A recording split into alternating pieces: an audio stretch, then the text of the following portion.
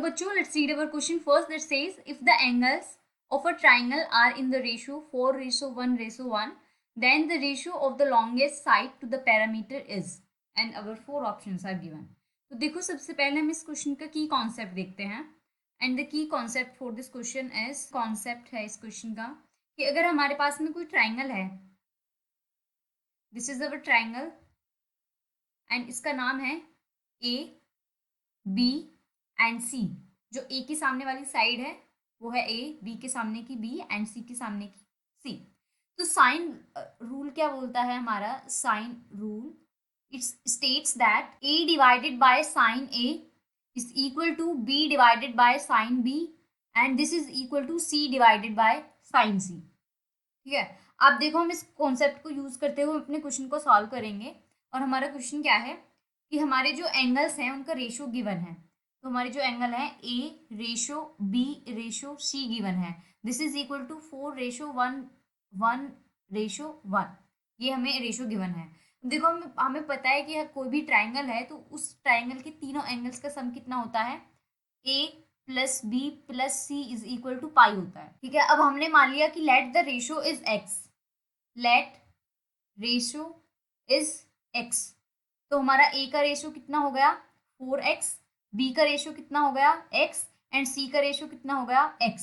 और अगर मैं इन तीनों को ऐड करूं तो ये आएगा 4x plus x is equal to pi. 4 5 6 6x is equal to pi. तो हमारी x की वैल्यू कितनी आ जाएगी? 180 divided by 6 which is equal to 30 degree. तो देखो हमारा ए एंगल कितना आ गया? 120 डिग्री, बी एंगल कितना आ गया? 30 डिग्री एंड सी एंगल कितना आ गया हमारा? 30 डिग्री। और हमको क्या फाइंड करना है? Ratio of the longest side to the parameter. अब देखो अगर मैं इस ट्राइंगल को अच्छे से बनाऊं तो एक तो हो जाएगा हमारा 120 डिग्री, ये कुछ ट्राइंगल इस हिसाब से बनेगा ऐसा। तो ये हमारा ट्राइंगल बनेगा। एंगल्स क्या होंगे? ये तो है 120 डिग्री, एक एंगल है हमारा 30 डिग्री एंड एक एंगल है हमारा थर्ड एंगल भी क्या है? 30 डिग्री। अब इनके नाम्स देखो क्या क्या होंगे। सबसे बड़ा एंगल है ए, तो ये वाला एंगल क्या हुआ? ए, और बाकी ये इसको बी मान लो या फिर और इसको सी मान लो। तो हमको क्या फाइंड करना है? हमको फाइंड करना है ratio of the longest side to the parameter. Longest side देखो क्या होगी? जो भी हमारा सबसे बड़ा एंगल होता है उसके सामने वाली साइड क्या होती है? सबसे बड़ी। तो ए साइड हमारी क्या होगी? सबसे बड़ी।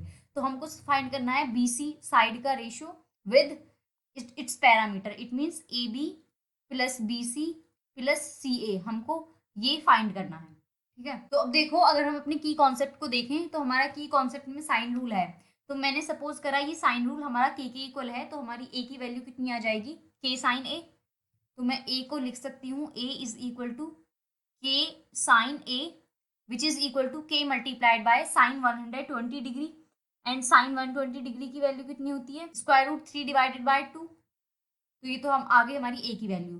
बी की वैल्यू कितनी आ जाएगी? Similarly k sine B which is implies k multiplied by sine 30 degree. और साइन 30 डिग्री की वैल्यू कितनी होती है हमारी? 1/2। तो ये आ जाएगी हमारी वैल्यू k/2। सिमिलरली सी की वैल्यू कितनी आ जाएगी? K sine C and this is k sine 30 degree. K sine 30 degree मतलब k multiplied by half which is equal to k/2। अब देखो हमें क्या क्या फाइंड करना है? हमको फाइंड करना है बी सी विच इज ए।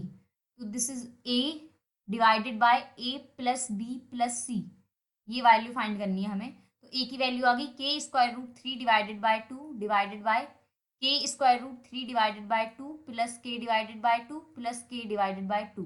अब के हमने कॉमन ले लिया ऊपर से और नीचे से भी, तो वो तो कैंसिल आउट हो जाएगा।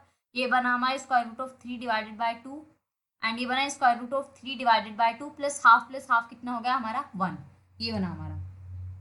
तो इसका एलसीएम लेंगे तो हम ये बनेगा हमारा square root of 3 divided by 2 as it is, square root divided by 2 as it is, और ये बनेगा हमारा 2 प्लस स्क्वायर रूट 3 एंड हमारा 2 ऊपर चला जाएगा। तो 2 से 2 हमारा कैंसिल हो, हमारा square root 3 ratio 2 plus square root 3।